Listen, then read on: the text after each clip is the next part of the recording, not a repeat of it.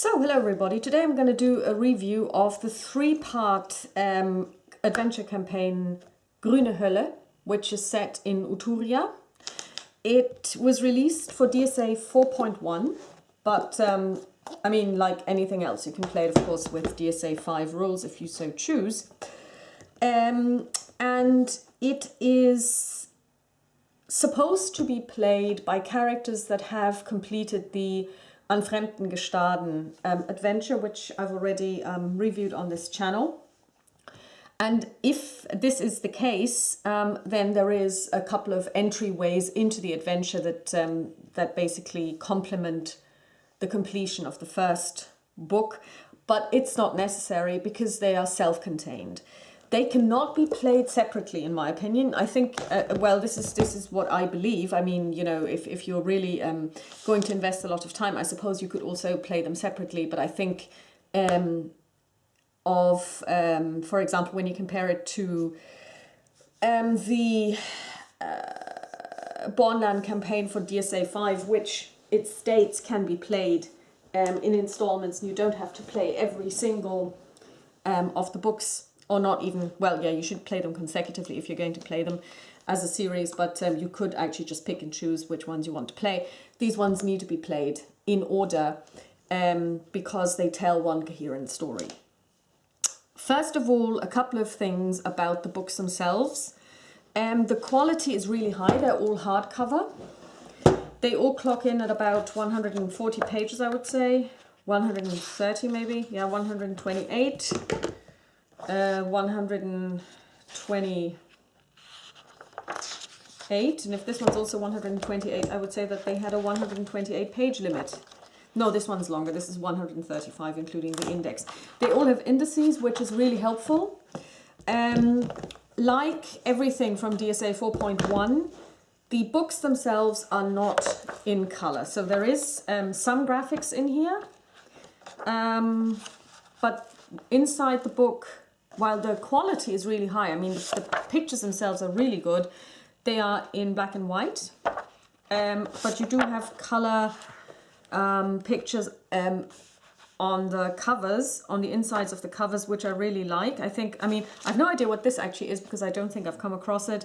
And you also have maps. Again, I have to say that I love maps, and there aren't enough, and also you can't take them out. So unless you want to start copying, you know, this is difficult because you can't really show them to your players because you need the book kind of in front of you.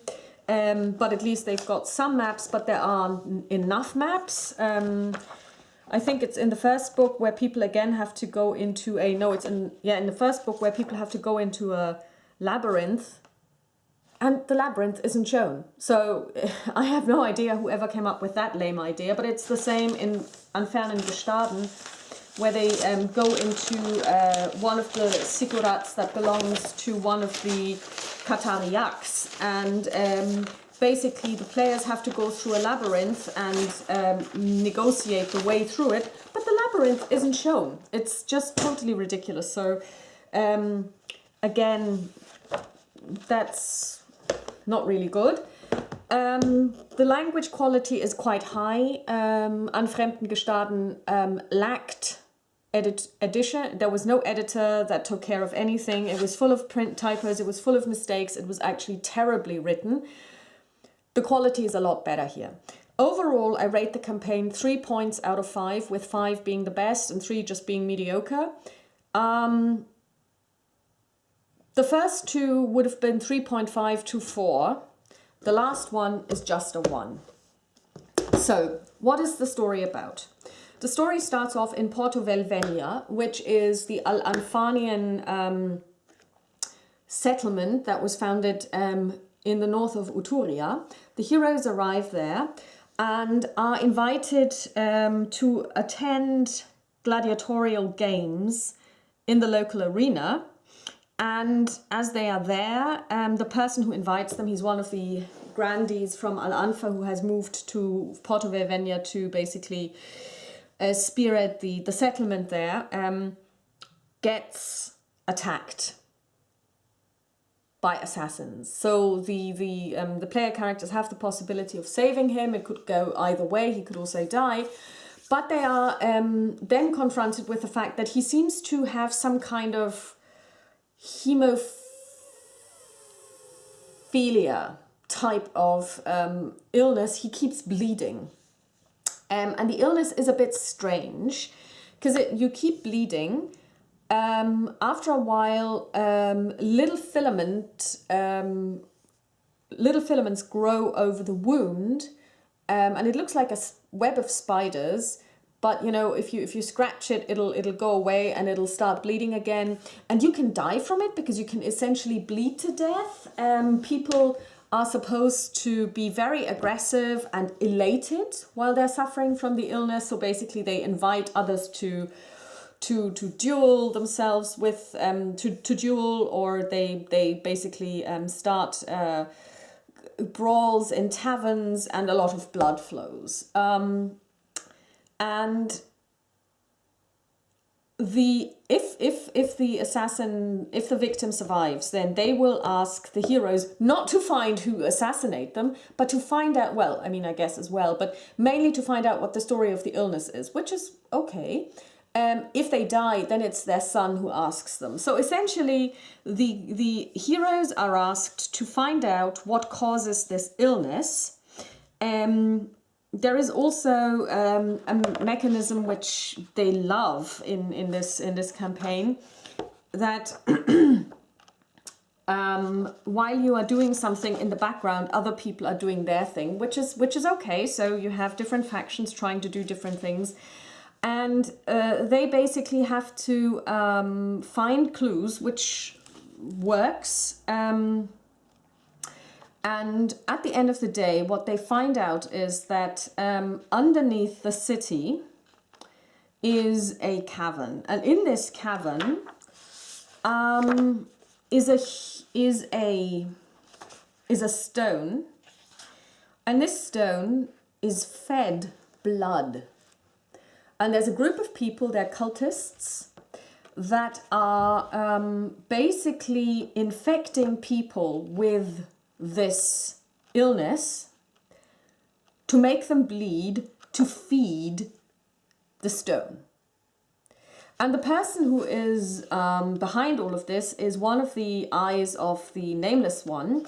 And in Uthuria, the eyes are slightly different from the eyes in Aventuria. In Uthuria, they are corporeal 365 days of the year, and they are able to mask their eye. So you can see them and you might not notice anything about them. And basically, after a while, you know, there is something that, and the mechanism that I don't like is the mechanism of crisis points. So essentially,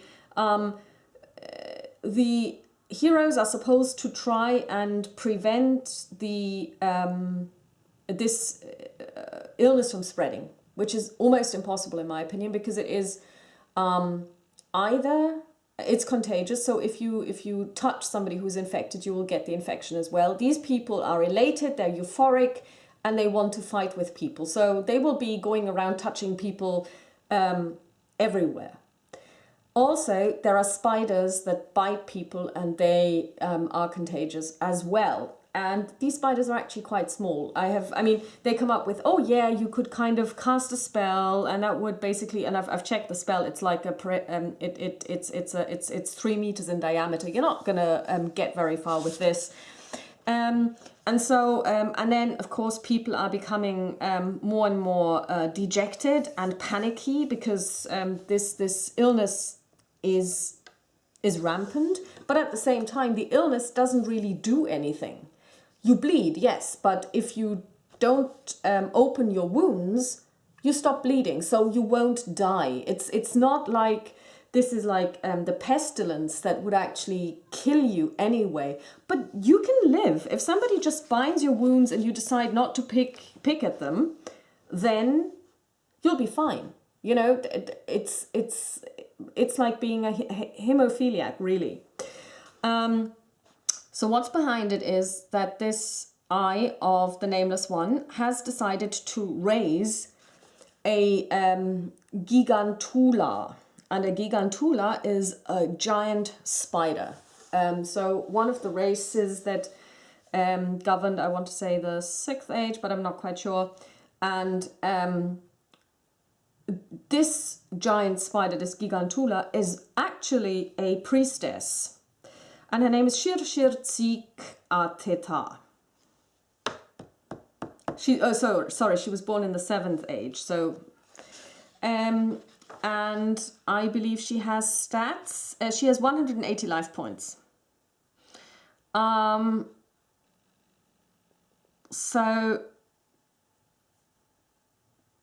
she has karma points. And I mean, 180 life points is essentially deadly. You're supposed to kill her. That's quite interesting. But there are certain ways you can make this a little easier, because there are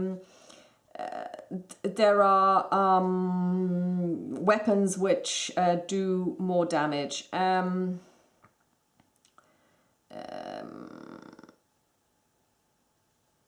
So if you have amber weapons, I believe you do double damage. But basically, you're supposed to fight her and her priests, who are basically human beings that have been infected and can now change their faces and grow mandibles. It's quite gross, but also quite evocative. Once this is done, however, the story isn't over, because the curse and the illness have not been lifted. So in the meantime, a group of indigenous peoples has come to the city. They are of the race of the Shoartal, and they say that they see that an ancient curse has befallen the city, an ancient curse that their people are quite aware of, and in order to contain the curse, they're going to flatten the city and everybody inside will be killed. So essentially, it now needs to be made clear that no, this is not such a good idea, and we will do everything we can to avoid the curse. Tell us what we can do, tell us where we can go to ensure that, you know, this curse is lifted. So they basically then offer the heroes to participate in a ritual which will cure them of the illness. So you kind of go, okay, so there is a cure. Why don't we apply to everyone? Well, the cure involves losing lots of life points. So one could argue that if you have a lot of people in the city who are weak, if you drain them even more, then they will die. So it just states in the adventure, you know, that's not something that is feasible for everybody, which is okay. That's fine. So, and how do you find out about what's going on? Well, there are certain things you can do. There are people you can ask, and you can essentially snoop around the city. The problem that I have with this is that there's kind of like a timer on it that is the mounting crisis points. And I will come back to this because it happens again in later parts of the adventure, that you have kind of like a clock ticking. And I find that kind of bad, especially at the beginning of a campaign, because people are in an environment that is new to them. They have no background. They are new to Porto Velvenia. They haven't lived there. They have no connections, or it may be just one person. They have been given a task, but at the same time, they're still finding their feet.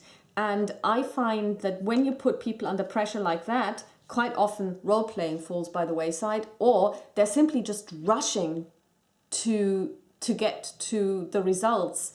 And that can have quite adverse effects. So I'm not a fan of that mechanism in role-playing games. Basically then, once they have convinced the Shoartal not to flatten the city, the Shoartal give them someone to accompany them. And they tell them where to go to possibly find a cure. And then they start traveling along a river, and they're following the river upstream. Now, what happens is they come across a tribe in a village, about, I don't know, maybe a couple of days, and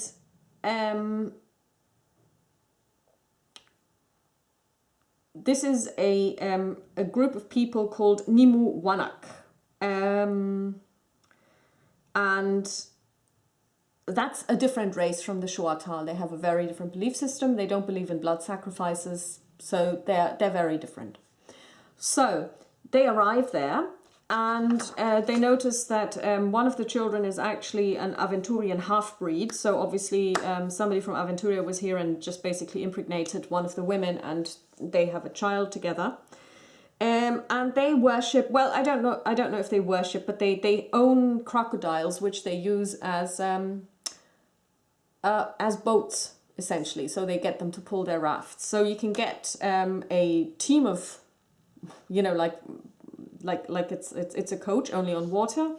So you can get a raft and you know, travel by water. The problem is they are all ill. And it turns out that the water is making them ill.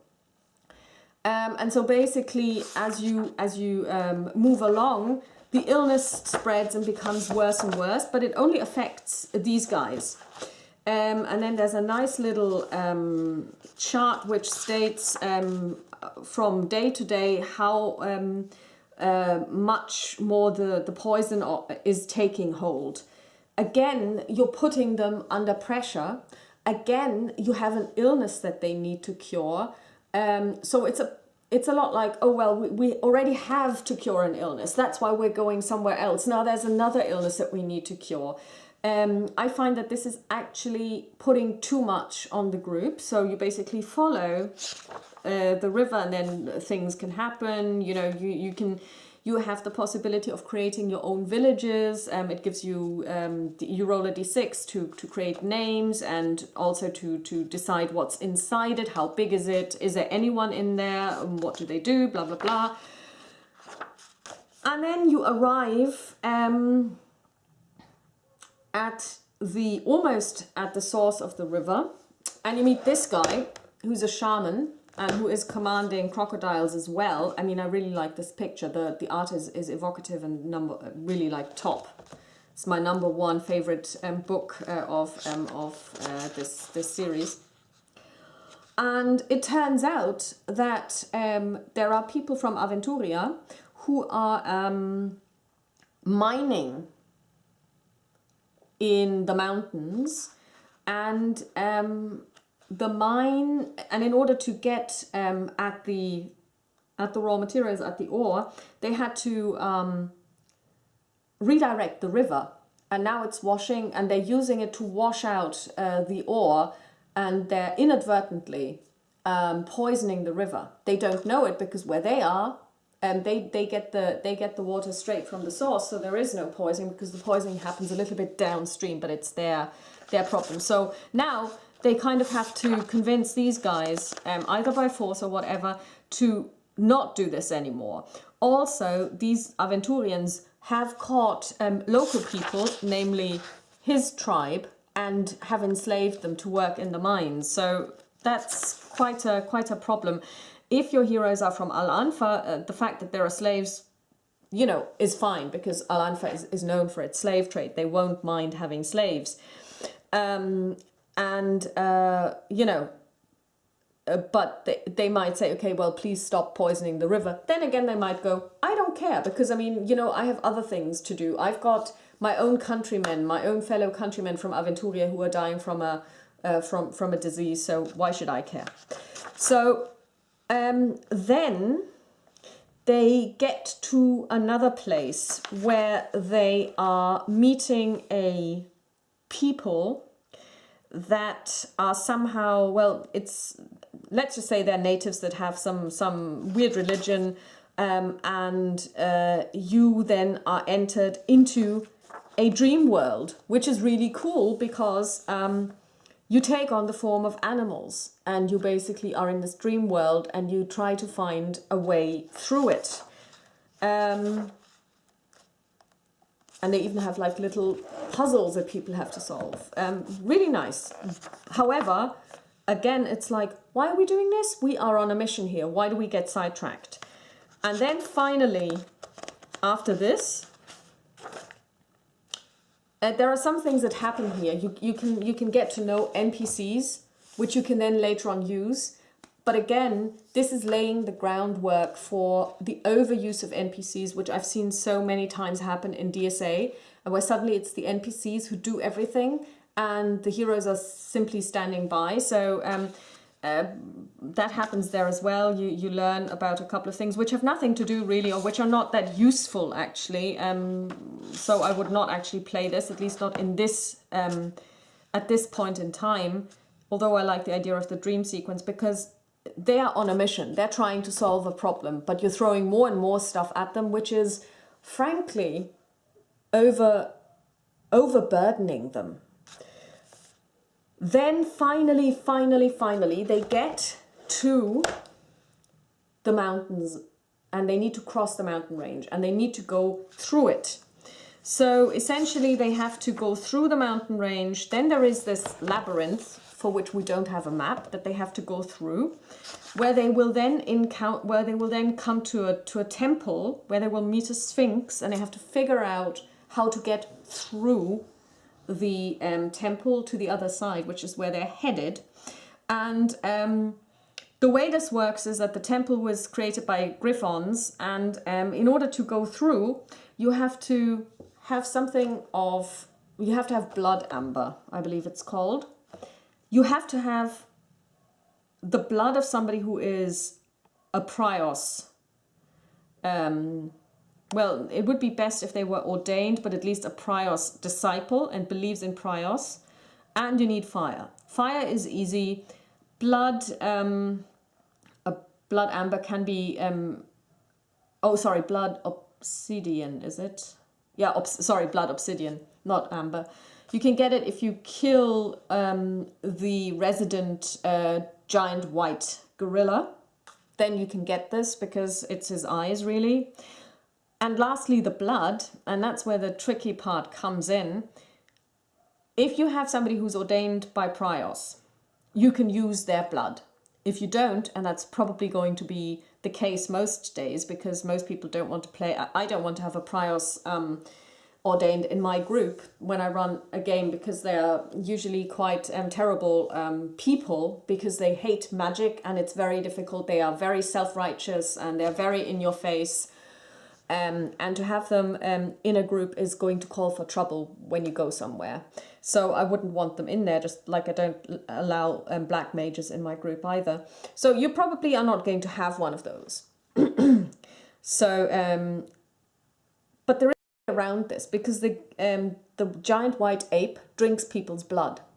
Now, he has just killed some Shoatal.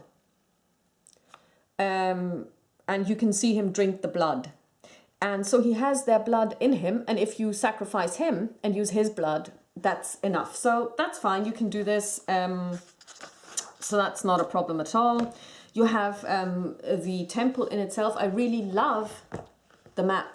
Only problem, it's this small. It's half of an A4 page, and there is no bigger picture. Again, what were they thinking? So you basically then manage to get through.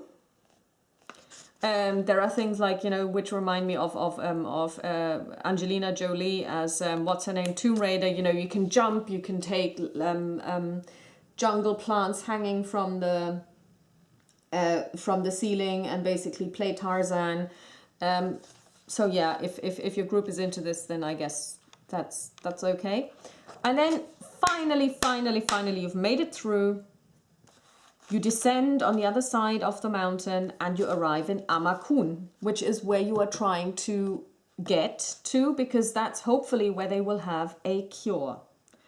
And that is the end of the first adventure, of the first part, I should say. So, plenty of issues with that adventure. Number one, this whole illness thing and trying to contain it, I think is pretty unfair, because it's just not going to happen. You can't contain it if you play it as it is written, because there will always be spiders. They're planting the spiders. The spiders are this small, you know. They will just basically move around and just be everywhere. They will swarm the city. There is nothing you can do. You're not exterminators.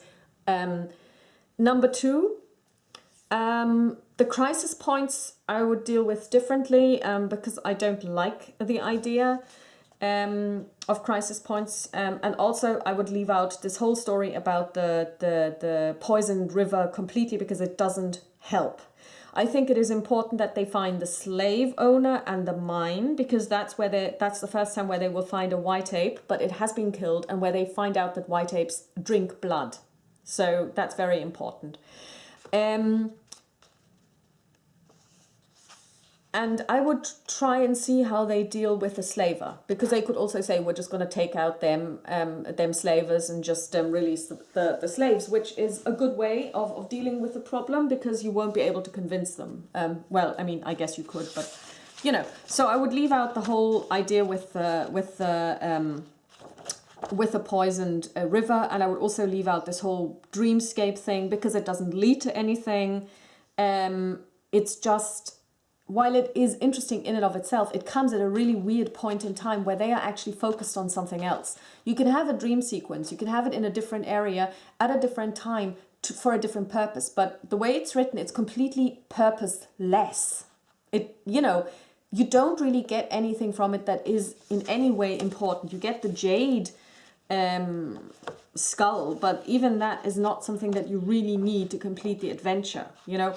And I, as a player, if I was playing this, I would feel this is a red herring, or this is somebody trying to hold me back. There is no reason why I'm interested in this.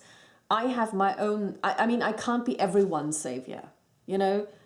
These heroes in DSA are not superheroes. They are human beings like you and I. In DSA 5, healing takes ages. You roll 1d6 per 6 hours of rest, you know. So... you know, if you try to save the world, you're probably going to die and not get very far while trying. And I think it's also too much. They were trying to put too much into this. I would also change the whole thing from an illness to actually, because when you read the second book, and I will do the review of the second book after this one, it makes much more sense to say there is a bloodstone under the city. It needs to be fed blood to be able to consecrate it to the Nameless One. The blood is brought to the bloodstone by sacrifices. We start kidnapping people. People start to vanish. In the adventure, you have a list of, I think, 7 people who get assassinated over the course of the story. One gets assassinated before the heroes get there, and then you witness the assassination attempt, or maybe even manage to avoid to prevent it actually, and then other people are also going to be assassinated, and you can see this, or you can prevent it, or whatnot, or if you're not there, then it will happen anyway. And the idea is that the blood would be sucked up soaked up, I should say, by the ground. Really, if I was going to bring about the demise of if I was going to bring about the demise of a city by making blood sacrifices, I would start by taking the people who are poor. Go to the poor area, which exists in this city. The city is small, there aren't that many people, but there are always beggars, and they might vanish, God knows. They just end up somewhere, and I would start picking off people. It's a lot less obvious than making high-profile assassinations, because they assassinate only high-profile people. If you want to not draw attention to yourself, that's the way to go. Don't assassinate high-profile people. So I would start by making people vanish, and then people starting to investigate the fact that people are vanishing. I would then say, okay, suddenly a high-profile person vanishes. Then the heroes are called up by the grandees to take care of this and find out what's going on. They might already have started to find out that people are going missing, because you could foreshadow this, you could drop hints and stuff, and they might start investigating by themselves. But if they don't, then you bring in this high profile person who gets taken away, and then people start investigating, and you're given the task. And then you do your investigation, you find out what's happening, you are downstairs, you see that spider who is a priestess, and the way this works is, in order to consecrate one of the bloodstones, you need to prepare it by giving it blood sacrifices, and the ultimate step is that the high priest sacrifices themselves and gives their blood. Now, how I would play this is that, of course, they don't know this. This only gets told in the second book. And they don't even make a connection in the books, which I find really weird. But the way I would play it and the way I will run this is they will fight this high priestess. They don't know who she is. She's a spider. They will kill her. And by shedding her blood, they will actually consecrate the bloodstone to the Nameless One. So it's an inadvertent thing. They didn't mean to do it, but they basically fulfill the whole fate and destiny of this priestess.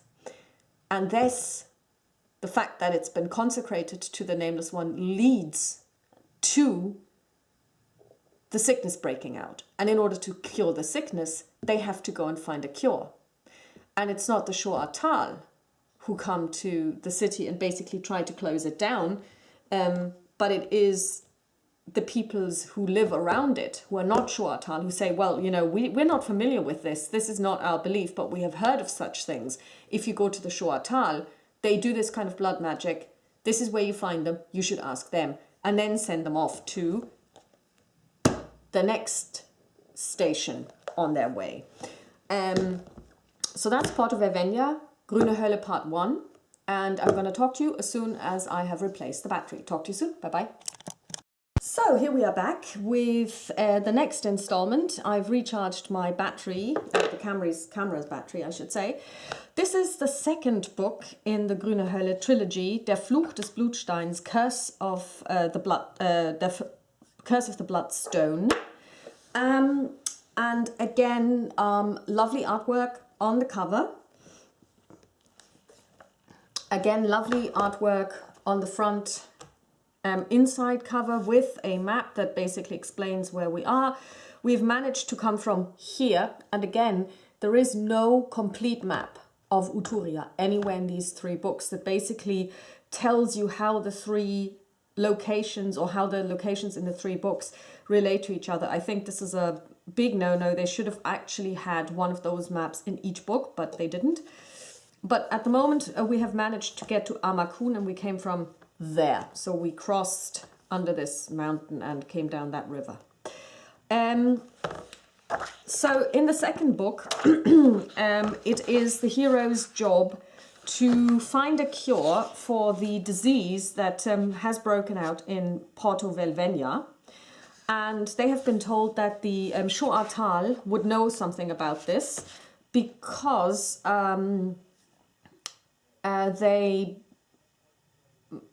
it's got to do with blood magic, and blood magic is what these people practice. So they've made it to Amakun, which is inhabited by a Shoatal people called Amakunal. So basically the way the people are called is you take the name of the city-state and then you just add AL. So Amakun is the city, Amakunal are the people of that city. So they managed to arrive. It's been a long journey. Many things have happened. And they now would like to speak to the elders or the ruling people of the city. But they are told they can't because the whole city is now in the process currently of rededicating its bloodstone to its deities. And in order to do this, they have sent messages to all the smaller city-states around their own city-state that have to pay tribute to them. So it's basically, this is a Maya, Inca, Aztec mashup kind of culture. So you have the main city of Amakun. It's a big city, and it is inhabited by the Amakunal, who are Shoatal, and peoples around, and the people around here, not peoples, but most people around here in smaller areas, smaller tribes, etc., are also Shoatal and have to pay tribute to Amakun. So basically they have told everyone, hey, we're rededicating our bloodstone to our city gods. You all have to come, you all have to pay tribute. And in order to consecrate this stone, what they have to do is they have to provide blood sacrifices. Now, the blood sacrifices can take the form of very strong enemies. That can be bestial. For example, we've got a Chupacabrash. Yes, I hate the name, and you will probably agree with me that is stupid. They have a Quentico, which is a werecat, which I find a bit problematic because it's actually a human being. And then they have a walking mountain that could be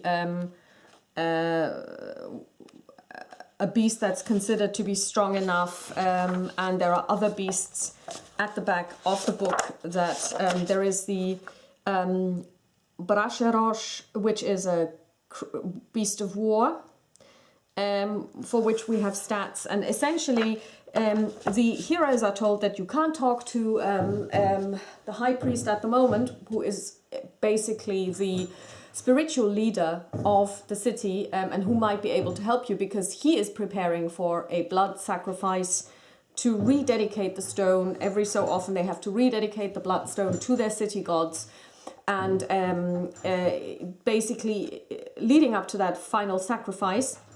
And I mentioned in the previous session, or actually it's not a previous video, but this same video, but basically, well, like 1 minute ago, that the ultimate sacrifice to dedicate a bloodstone is that the high priest needs to sacrifice themselves. That's their blood, which then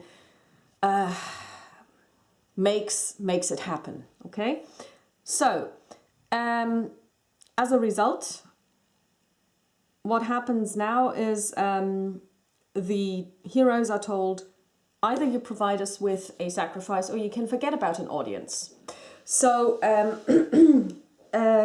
another way of making a sacrifice is also, and that is a lot more precious, is human blood. So the heroes can decide to get to find a slave and sacrifice them.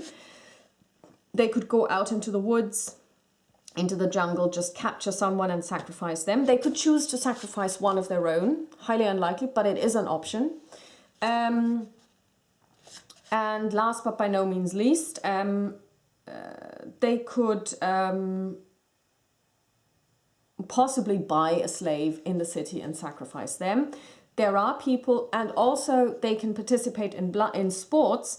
There is a game which is played using a ball, and there are two teams, and the team that wins can send their fiercest warrior to be sacrificed, and they actually compete for the possibility of being sacrificed, because that's a very, very high honor. So you have different tribes from around the area that are competing in those games to be able to, and to be allowed to sacrifice themselves.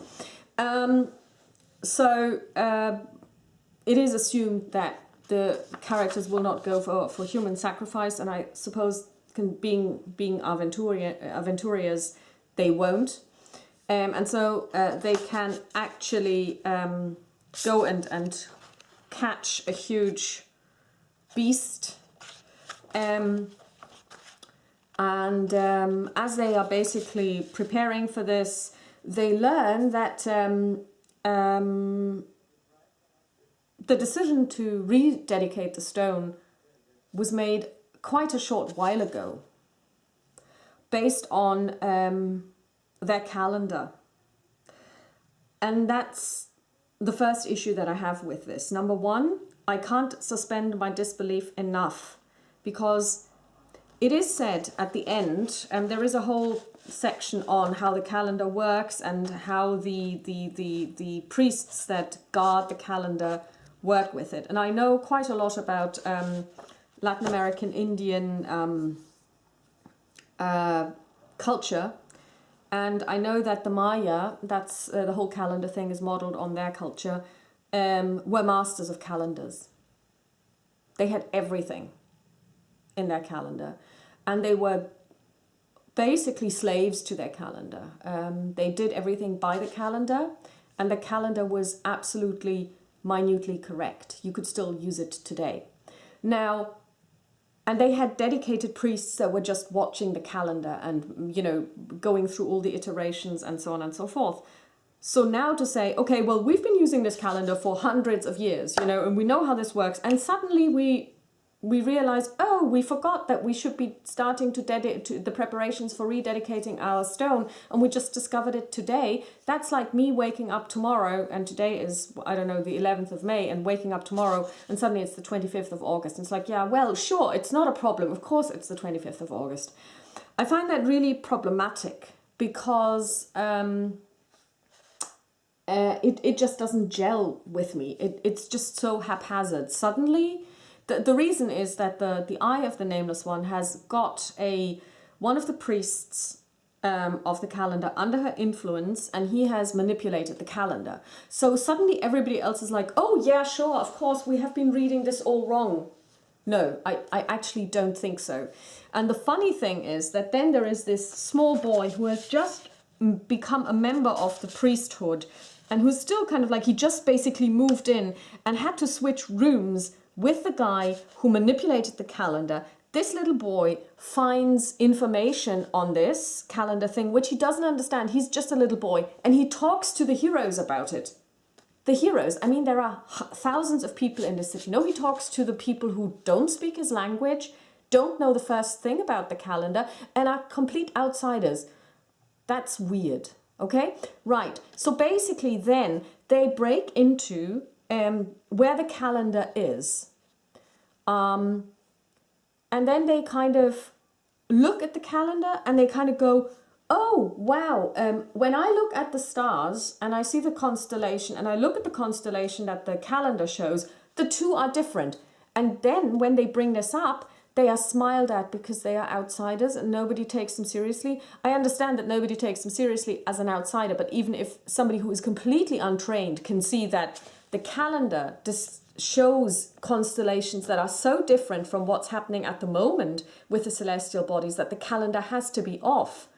You kind of go, really? And you guys don't get anything? And you're supposed to basically, the guys are supposed to discover that the Nameless One is now interfering with this rededication because he wants the Bloodstone to be dedicated to himself. So they now need to find proof. And again, this is counted using points, so evidence points. And at the same time, as all of this progresses, different people are sacrificing to the gods, to the stone, and you have to roll as the DM on a chart to see how much blood is assembled. And the more is assembled, the more difficult it will be in the end to stop the rededication from happening. And they have to find enough proof to tell everybody, hey, what you're doing is wrong. So that is totally kind of like ridiculous, you know, because the one thing that they can find out is, besides the calendar thing, is something really weird. And that is they go to, they find out that one group of visitors is being made sick by the grain that is sold to them. The grain contains some form of mold. And then if they do, if they investigate this more, they find that there is an old sanctuary of twin gods. And somebody, if they go there, they will discover that somebody did something there, made a sacrifice of his finger. Now, cutting off a body part is definitely in Uthuria associated with the Nameless One. To make the jump that this is the case in this world, in this completely alien society, is, in my opinion, a big step, because these people do blood sacrifices. Who knows if they cut off their limbs to, you know, that could be part and parcel of what they're doing. But okay, maybe let's just assume that they make this connection. So, okay, so someone randomly sacrificed a finger there, so that basically led to this whole mold thing happening. So that's definitely the work of the Nameless One. Okay. If you came to me and if I was a religious zealot who believes that my calendar is dictating to me that I need to rededicate my bloodstone today, I would go, yeah, darling, that's nice, but you know, why don't you go off and have a drink? Same goes for, oh, look, there are those people who are told by this little boy who doesn't speak their language that they need to investigate the calendar. The calendar shows plainly to anyone who wants to look. And you have a group of priests who do nothing but look at the calendar. They have not been taken over by the Nameless One. They are not his servants. And they suddenly lose the ability to read the calendar. So again, you kind of go, what were they thinking? I mean, seriously, there is so many plot holes in this that I'm kind of like, okay. I don't like the fact that you have like this counting of numbers again. So you have one side in your ledger where you count up how many evidence points they've got, and then you've got the other side in your ledger where you basically have to roll and see who sacrifices what. So basically there is a table, and then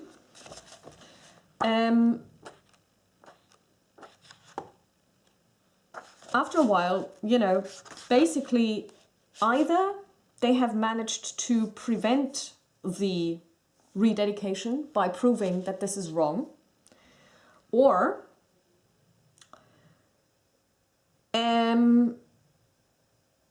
they have not managed to do so, in which case it is rededicated to the Nameless One and everybody in the city gets infected with the spider curse, the spider illness.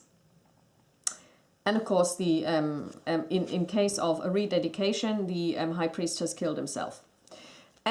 So essentially then the question is, what happens? If the bloodstone has been rededicated,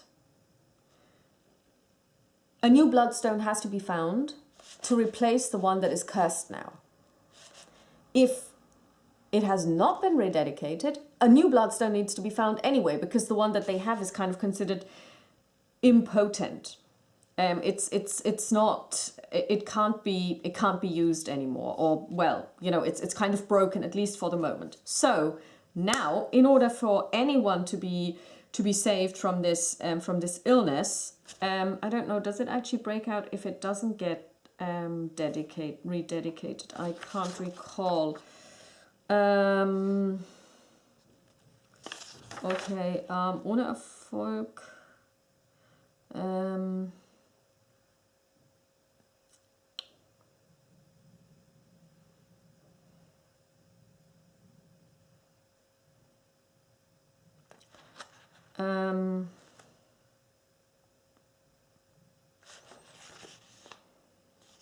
I can't even recall what happens if it doesn't happen.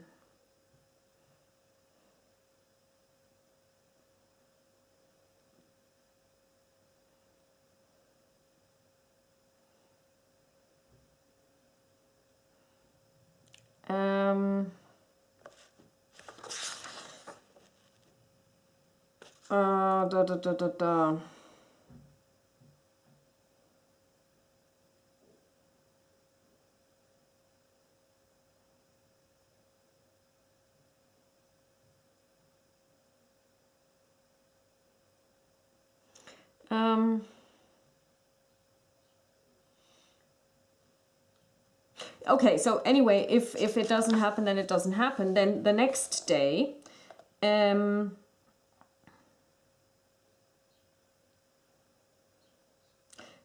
need to find another bloodstone, because this bloodstone is essentially now not working anymore. So and so nobody can be healed.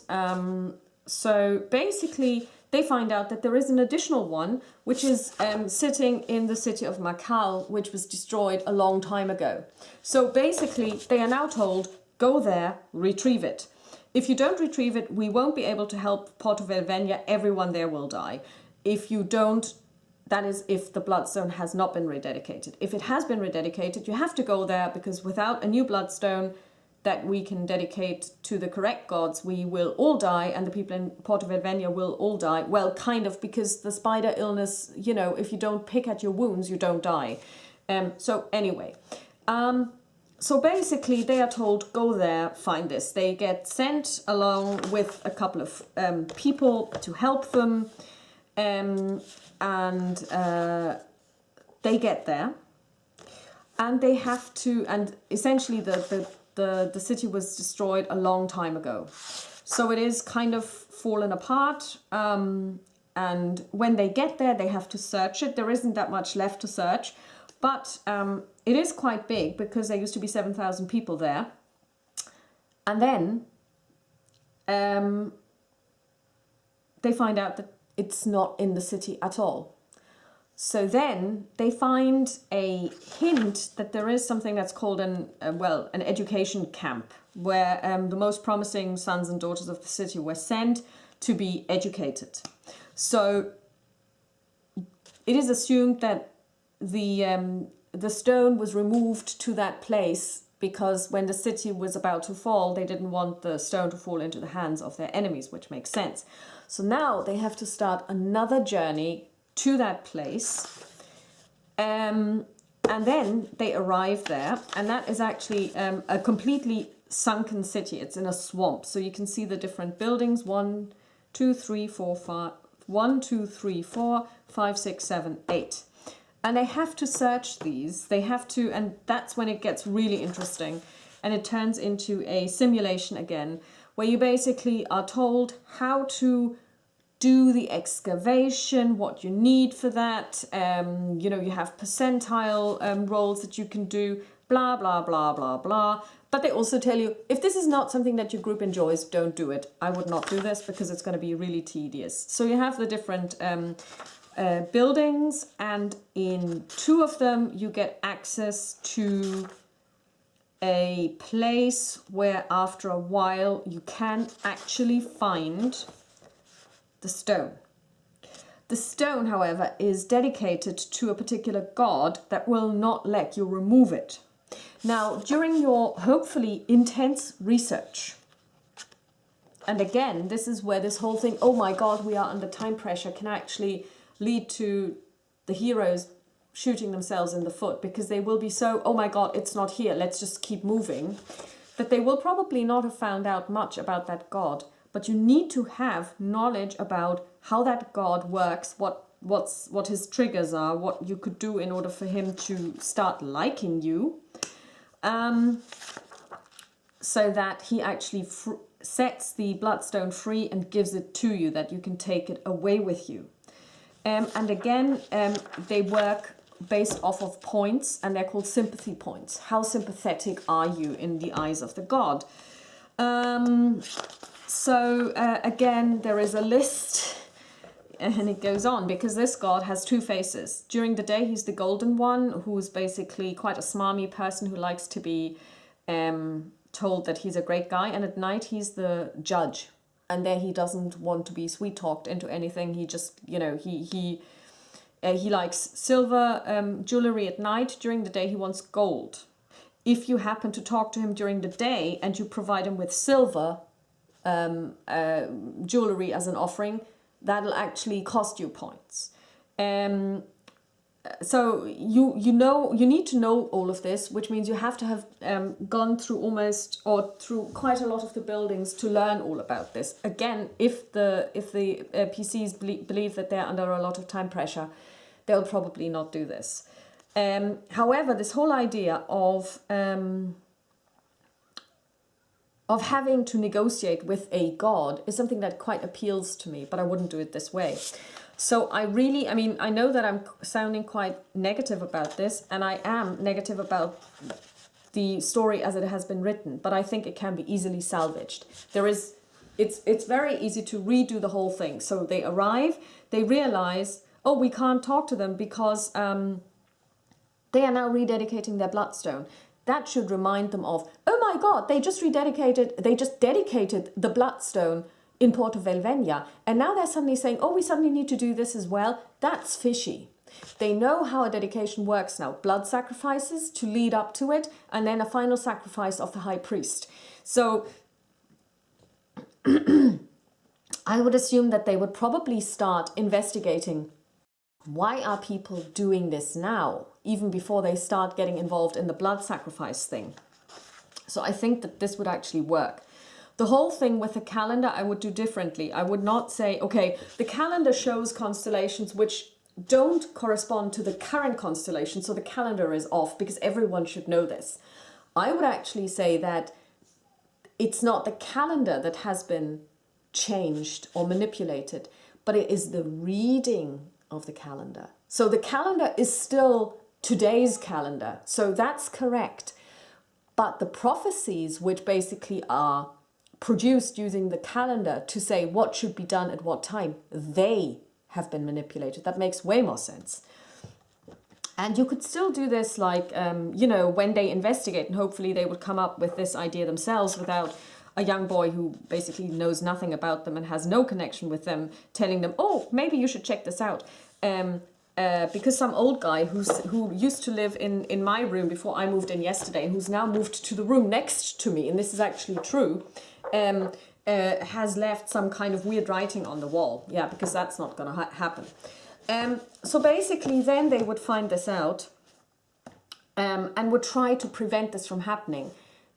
The whole thing with the weird twin gods should still happen. You can still make that happen.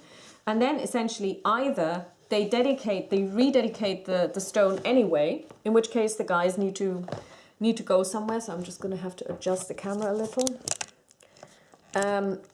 The guys need to go somewhere else anyway, or the bloodstone is not rededicated, but then it gets destroyed. Because otherwise, you know, this whole thing, oh, now it's broken, you're going to go, oh, really? Unbreak it, because in the next book, actually, that happens. Suddenly they have one superfluous bloodstone and everything will be fine. So anyway, this is the second book. The third book, then, is the one that I really hate. First of all, I hate it because this picture looks totally awesome. You have this woman who looks like she's a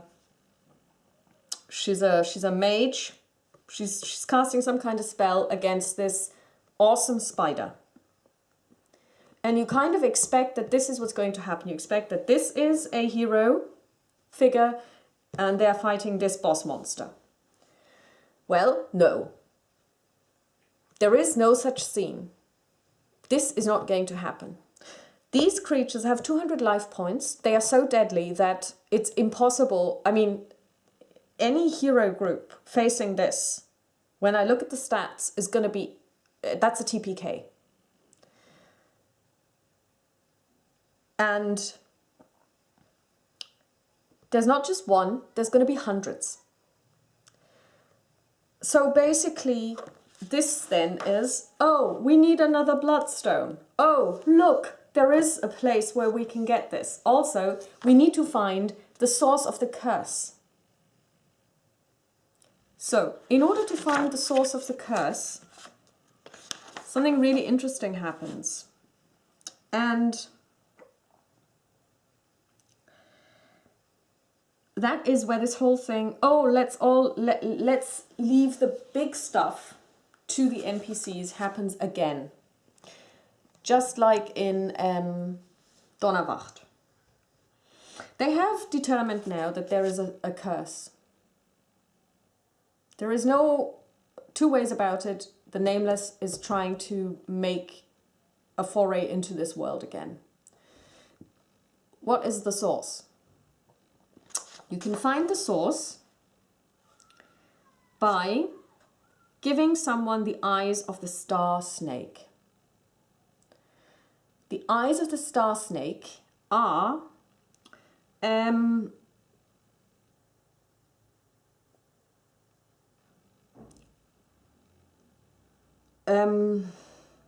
well, I suppose the easiest way to describe them are, there are splinters of some kind of stone.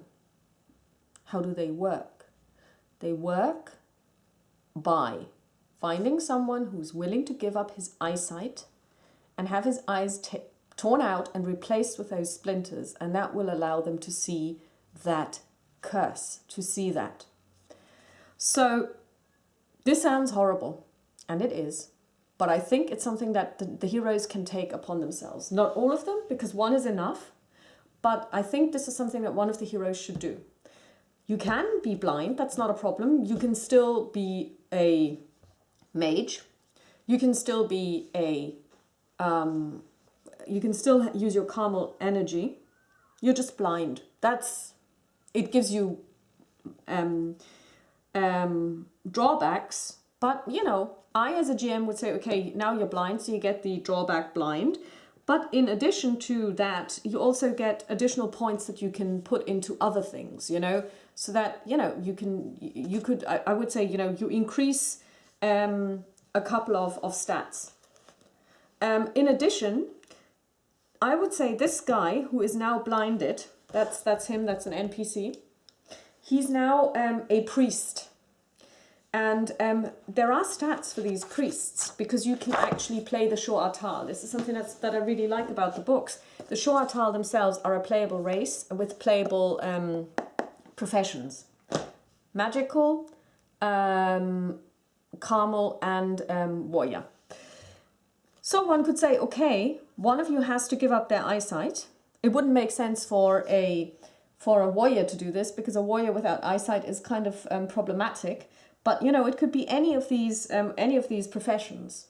And if you're already Carmel, then I would just give you I would give you the same amount of Carmel points that you already have. So I'm doubling them essentially. And you're getting the additional access to the liturgies. So it is really something that you can use, or maybe I would give you 50% on top, you know. So it is absolutely possible to do this, and I would actually expect this to go to a hero and not to an NPC. So anyway, this guy can now see whether he's now blinded, and he can see things. But he has to learn what he sees. So after a while, he realizes where they need to go, and makes the decision that this is where they need to go. And then they again get help. They get assigned a couple of people that will go with them. That's very important because nobody speaks the language. And then they go on their merry way. Now we end up with one thing that I really don't like, and that is Numinoru's curse. Now Numinoru is a deity. And in the very first book, An fremden Gestaden, and this is something that other people have speculated about, and I think it makes perfect sense. There is an arbitrary border drawn which prevents people from Aventuria to go around Uthuria. And you can't go too far into the east. It's called Numinoru's curse. So people have said, well, this is probably because they never really they didn't really have enough material to describe all of Uthuria, so they just said, you can't go there. It's a Deus ex machina. And I think that they were right. So now this curse is in place. It means they can't go out to sea and travel to where they need to go. So first, this curse needs to be removed. So they are sent on their merry way. They have to stop somewhere. Then they have to undergo some kind of trial by water, in this case, trial by drowning, to lift that curse so that they can then travel by boat to where they need to go.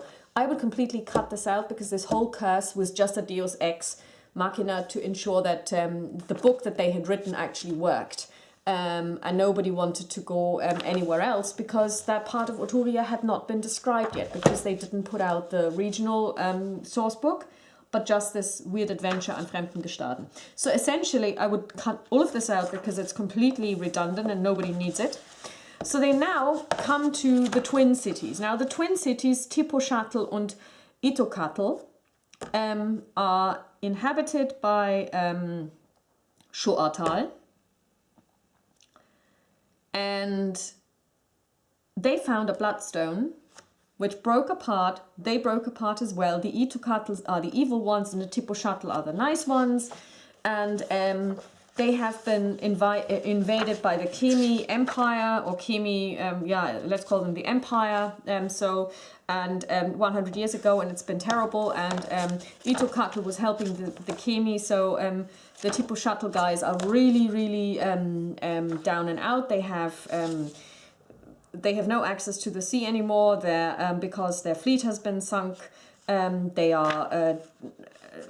They don't have enough food anymore, and they are expecting, literally on a daily basis, that Itokatl is just going to come across the sea and is just going to destroy them. So that's the situation. So they are going to come in and they're going to destroy them, and that's that. So it is believed that this is where the bloodstone and the curse is. The problem is that this is wrong. The curse is actually in Itokatl, But since the two bloodstones are two halves of the same one, the curse kind of radiates. So the person who has these slivers of stones as their eyes have seen the wrong thing. So you go there and then it gets really... Okay, again, they are trying to dedicate a bloodstone, but it's not working. So there are things that can happen there. And then what you have to do is you have to, and this is terrible. This book revolves around a giant battle, and I'm talking about a battle of several thousand people. So you have to, it's supposed to be a good idea to help the Tipu shuttle, build up their army to ensure that the Itukatl cannot win. And there are different ways in which you can do this. One is plowshares to swords. So basically you go out and try and find weapons. There are also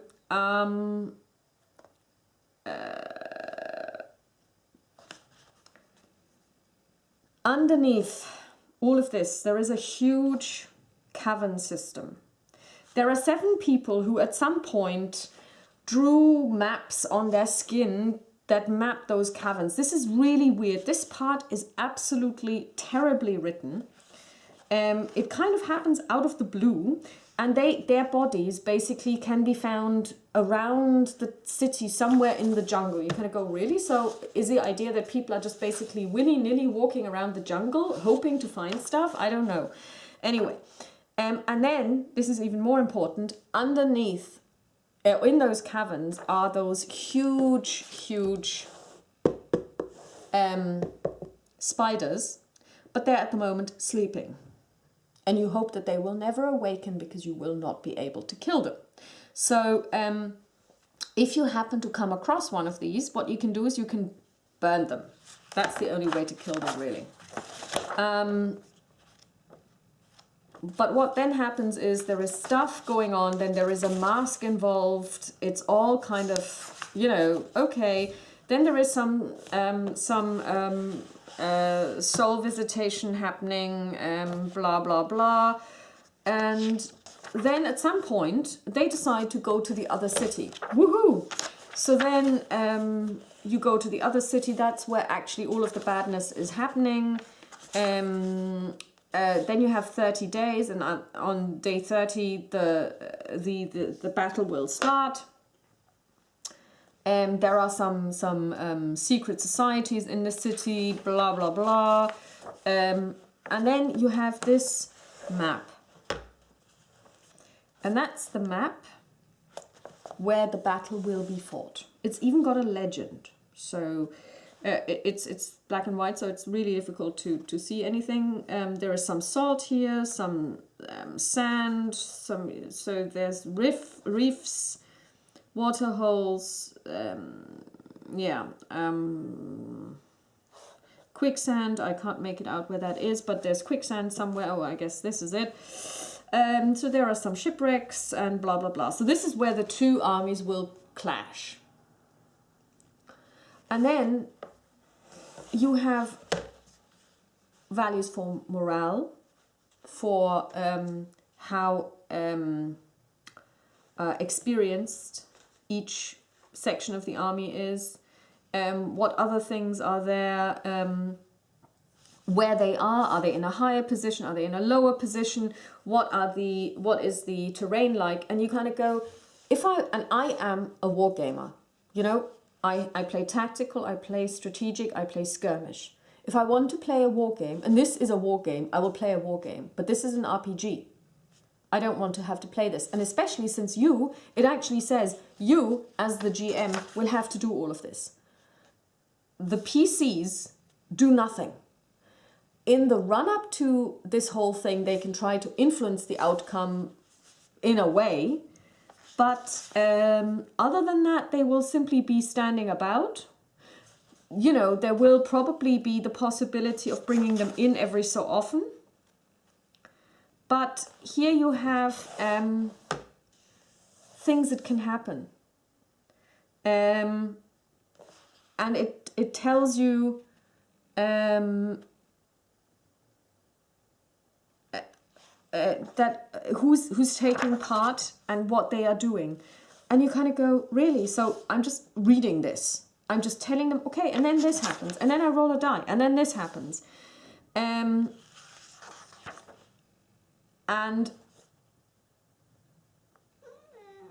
this is essentially how this whole thing happens. This, the big showdown, doesn't happen. Because at some point, these guys will basically rise from the depths. There will be hundreds of them. And instead of actually fighting for Yotokatl, or whatever it's called, Itokatl, and fighting Tiposhatl, they attack all of them. They just devour them all. They don't care who's following the nameless one and who isn't. They want food. And in the end, something happens, and I think this is where the PCs may be able to do something, and essentially the bloodstone explodes, and the eye of the nameless one dies because she is torn apart. That's super. I mean, yeah. It also says that, of course, it might be quite interesting for the guys to fight her. So you kind of have to make sure that they get to her and then attack her. Let me see. She's got stats 104. Yeah, 65. Okay.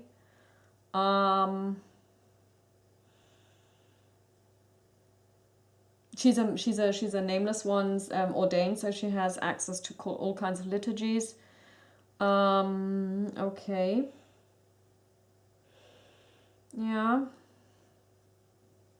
80-20 PA16. Okay, PA would have to be reduced for DSA 5, but 80-20 is very high, so it means she would always hit. Yeah, but that would be interesting. However, unfortunately, she is together with one of those spiders that has life points 200.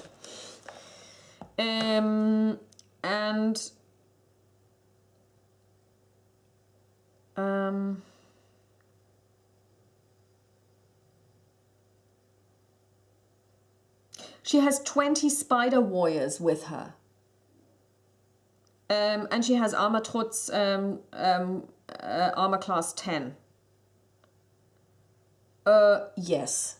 She's essentially unkillable. There is no way they can do this, because the funny thing is the spider that's with her only has 2 attacks per round because it's carrying the bloodstone. Normally these guys have how many attacks per round?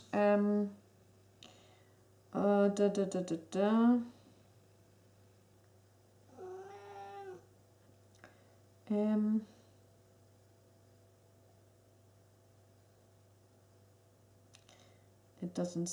Oh, it's got. Oh my word! It's got.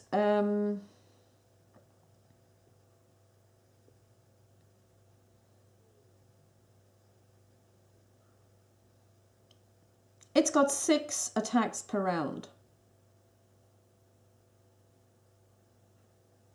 So, yes. There is no way this can work. So they have basically, again, got the Deus Ex Machina. She dies in the explosion. That's very satisfying.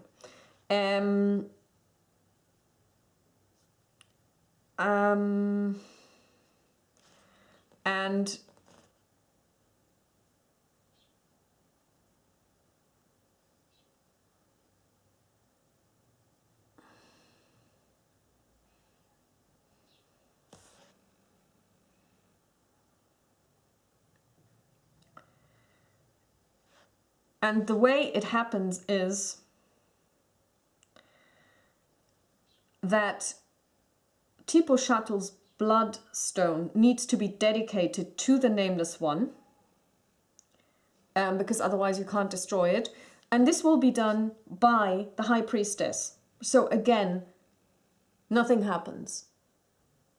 The PCs don't do anything. So,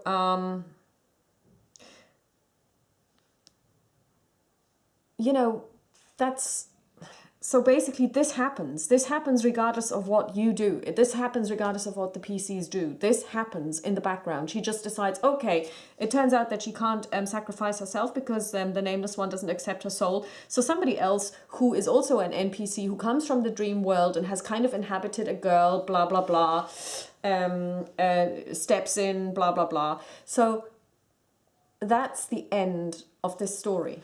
But it doesn't end there. There is more. Now everything is done. Everything is fine.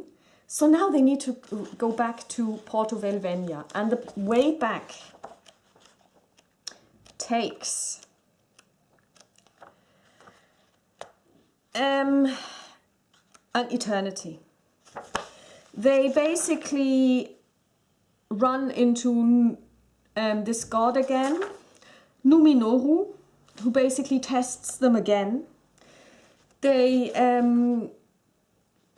take their boat, and for those of you who are as old as I am, you may remember a film starring Klaus Kinski called Agere oder die Geißel Gottes, Agere, the Scourge of God, where this guy, Agere, pulls a huge boat over a mountain in the Latin American jungle.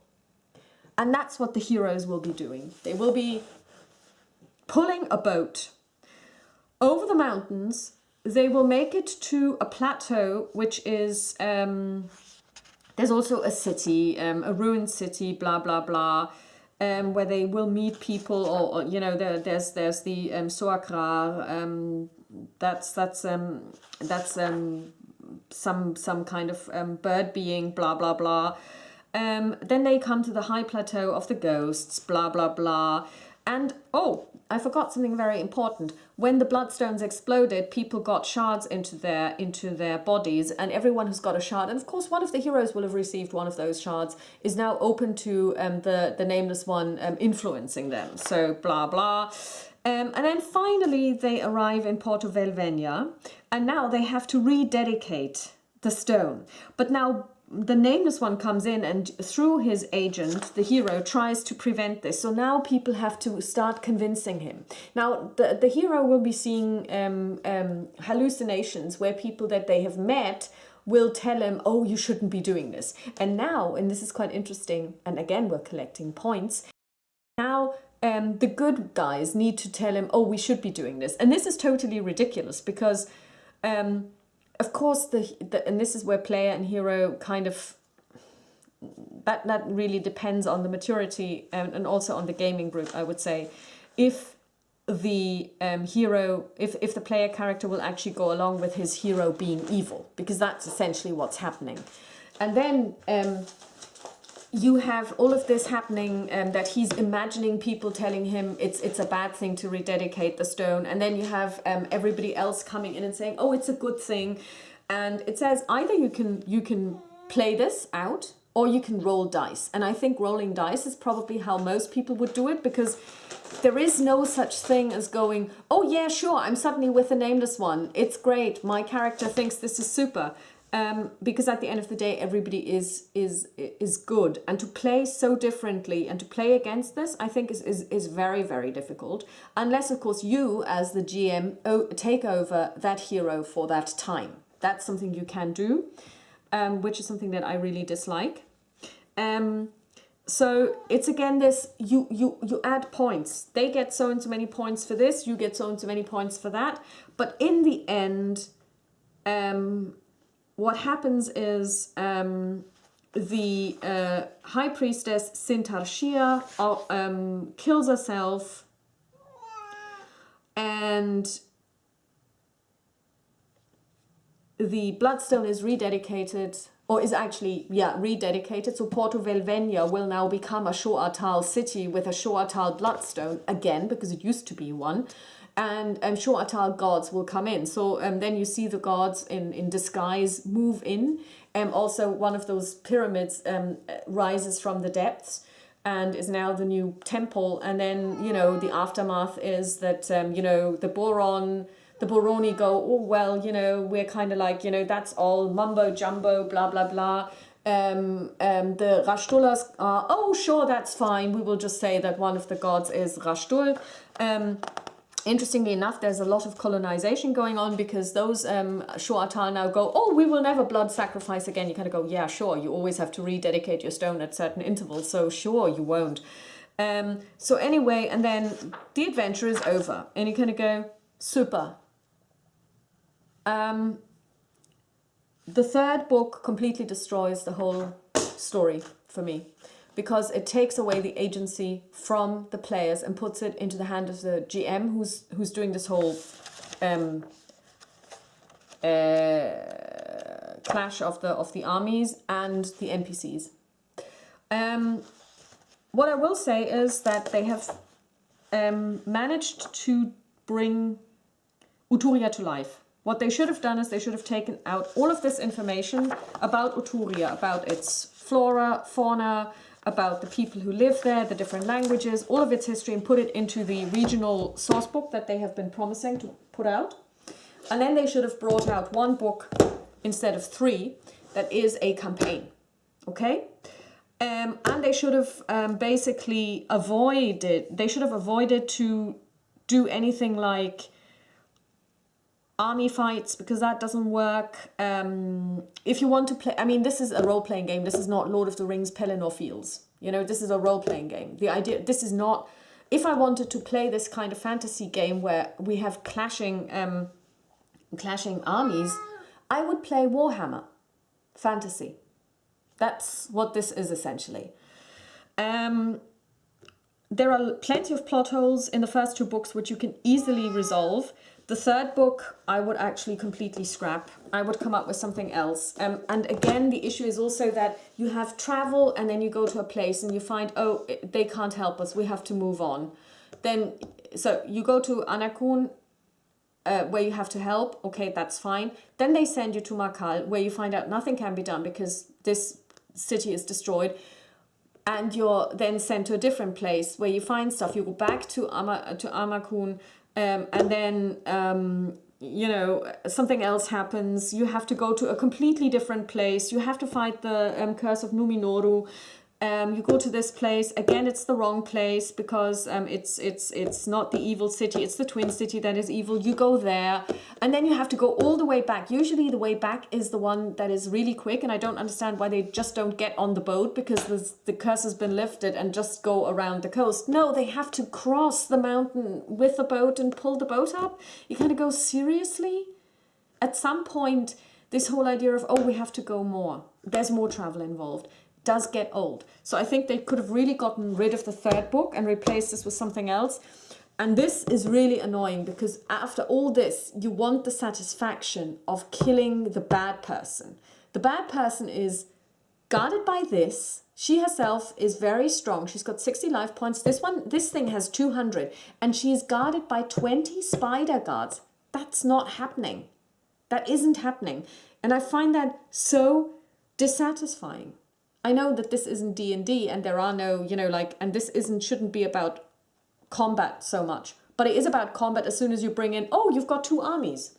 So I really don't understand why they chose this ending, because it does destroy the whole scenario for me. The way this is written, I doubt that you can actually run it with any group, because the group will probably start getting fatigue right about here, when they then need to go to another city, which is then derelict, and then they have to find another city or a camp, which is pretty much a city because it's full of stone buildings, somewhere in the middle of nowhere. And even when this is done, they still have to travel more and more. They will die of fatigue. I mean, this is important to note. I really think that this should have been one book. It should have been way more structured. They should have taken out all of the regional information, put it into the regional book that they were going to release, and then just have one book. There is another book that's set in Uthuria. It's called Geheimnis der Schädelbucht, which is set in the in Nova Metumisia, I think it's called. It's the Horasian dependency, as it were, colony in Uthuria, which is simply set there in that particular place. And I'm going to read this too. I've got it too, because I want to get everything that is out on about Uthuria and read it, because I do want to run a campaign there. And this is going to be my go-to campaign, but it can't be run the way it is written, because your players will probably give up in the middle, and I understand. And you know, when I started to read this, I was so looking forward to this end fight, and then I'm told it's not going to happen. You kind of go, really? How can you not? I mean, why do you put this on the cover if this is really, really, really not going to happen? This is the prize.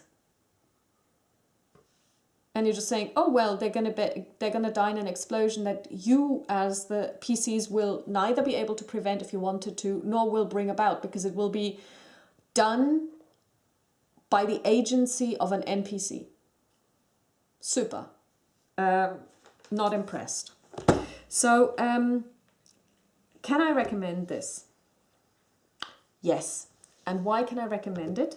I can recommend it because if you, it's the only exhaustive description of Uthuria. If you combine it with An fremden Gestaden and possibly the Metumisia one, I think this is the only real description that we will ever get. I don't think that they will release a source book. And if you are interested in playing in this empty space, in terms of, I don't think it will ever be documented. That's it. They will not release anything for it. That's what I think. You can use DSA and Aventuria as a backdrop and then build your own campaign in a completely new land. You can even get your players to play these people. They can play as indigenous peoples of Uthuria. You can put anything in there, because Uthuria is, of course, the place where we have the Nameless One, where we have all kinds of unknown gods, where we have Praios, and he's an important god, and you can make up anything you like. You could turn this into, if you're really into D&D, you could turn this into your D&D DSA backdrop, because anything goes. You can come up with anything. I wouldn't do that necessarily, because I think, to me, D&D is a little bit too over the top. That's why I'm playing DSA. There's a place for D&D in my life, and then there's a place for DSA in my life, and the two are very separate. But if you want to go all out, this is the place where you can do it. And of course, this idea of the jungle and the things you can find there is very intriguing to me. I really like that. And I think for a group that is adventurous, that likes the idea of going into the unknown, because obviously at this stage, Aventuria is completely scripted. Everything has been described. There are hardly any white spaces. You have the living history moving along, although I'm not sure what the meta plot is doing at the moment. I find it all very difficult to understand what's going on, because it doesn't seem to be moving at all. So this is DSA where you can actually be yourselves and make a decision what you want to do. It's, to me, Uthuria at this stage is a complete white space, because they've only described bits and pieces of it, and I don't think anything else will follow. They do say in the books, yeah, we're going to follow up, blah, blah, blah, and this will be used later on, and I'm like, yeah, I think they said it in 2000 and... no, I think it was in this book. They say it in 2013 that this is going to be developed further, but you know, 6 years have passed and they've done Wege der Vereinigung. So yeah, it's not going to happen.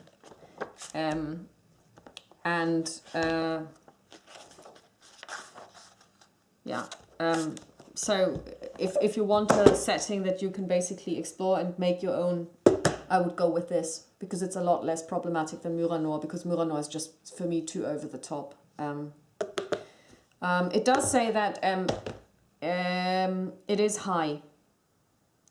You have to, you as the DM have to spend a lot of time and a lot of energy, and so do the heroes. So I think it's really just for a group that actually, where the heroes will take 50% of the load. If they don't push the adventure forward, you'll end up railroading them.